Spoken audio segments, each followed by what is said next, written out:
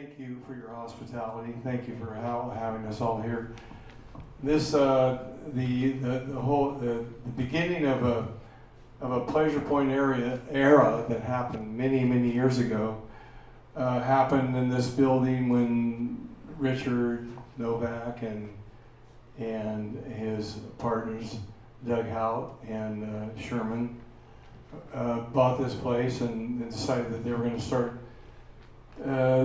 producing supplies to provide to the surfing industry. The first surfboard I ever bought when my parents brought me here in 1960 was from Richard Novak. Speaking of entrepreneurialism, it was an old balsa board, and I bought it from him for $50, and he was selling it out of his parents' house because we were both kids, and he was in Capitola. So I grew up in the Capitola, SoCal, Pleasure Point area. But so I'm going to try to just kind of move through this whole what brought us here to this area and the sort of the entrepreneurial spirit. So that's why I have my little notes here. My beginning, as I mentioned, was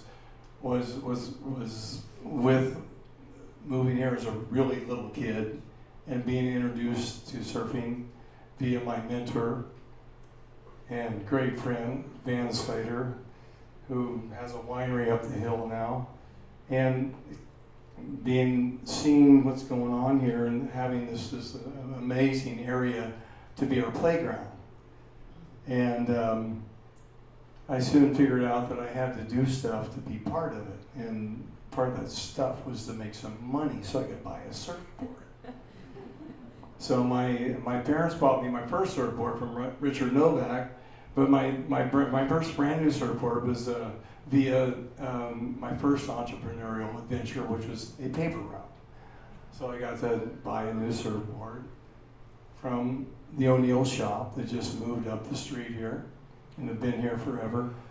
The ONeill family brought their whole operation here. And originally they made surfboards and wetsuits right there, right at the railroad tracks at that building. So I got to experience that like a lot of us did. Kind of, a lot of this entrepreneurial beginning is like observing what goes on with your mentors and seeing how they do stuff, and then you kind of do your own version of it. And that's kind of what happened with me. My father was an interesting mentor, and he got into he was a teacher to begin with, and then he got into sales, and I watched him develop customer relations. And now when we talk about customer relations, it's kind of like a shitty term because we get on the phone, you're on, I'm so-and-so from customer relations. Well, it's not so-and-so, it's a recording. But customer relations, really what that means is service. And that's what the Santa Cruz boardroom has created here.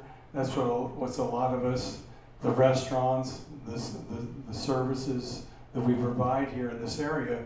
I think what becomes so cool, and when we're all part of this thing, it's all about the type of service that we provide. So that's like a big deal when you're going to venture into what we're calling entrepreneurialism. And that's what makes it work, I think. And so, if I can say anything about my education over the many years, it's kind of checking that out and being interested in and watching how people provide service. Because really, any job we do, anything we provide, it's all service when it comes down to it. Whether you're talking on the phone to somebody, whether you're hands-on with somebody, whether you're turning somebody on to all this amazing stuff in the retail world, if you provide good service, that's what's gonna make it click with all of your potential customers. So to me, that's the big deal. There's a lot of people who taught me this. I went through a lot of different day jobs. My life was all about surfing. That's why I'm here. That's why I am so happy to have a building here and have my business here, and have it be part of my world, forever, like TC says.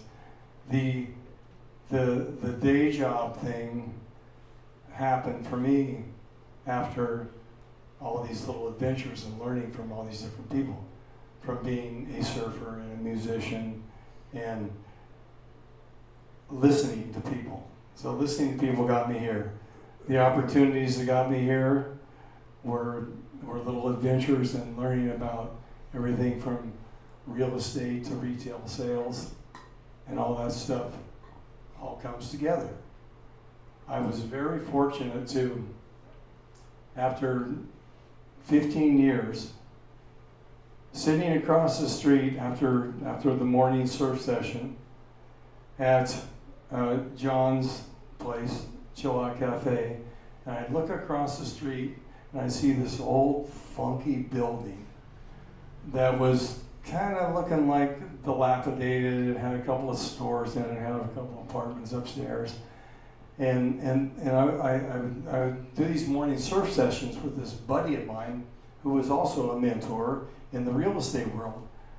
And I would look over there and I kept going, I would love to have that. I could do that building. That building would be so perfect for me to do my thing. I want to be here in this area. And this was, kind of in an area at the time where 15 years ago, it was pretty funky around here. Yeah, John? and I kept zeroing in on that. One day a friend of mine called me up and said, that building's for sale. And it just happened to be at the right time. And I was able to buy it and have it for my own. And, I'm here and very, very happy to be here, and happy to be part of the Pleasure Point Business Association and support all of these, what's going on now. And if I can just give a little plug, the Pleasure Point Business Association has been around for about 20 years. I was involved in the SoCal Business Association in the parking district and kind of learned all this bureaucratic stuff with the county. By the way, we are unincorporated here, as TC said. We're in our own little zone, and we have the power to do some great things. The ability to move forward and be part of this new Pleasure Point Business Association, which I really think it is new. We got a lot of great new energy. We got a lot of great new building owners. We got a lot of great new businesses coming in. I mean, it's almost monthly. It's really fantastic down here, and we really appreciate it. Thanks for having us. Thank you, David Adam.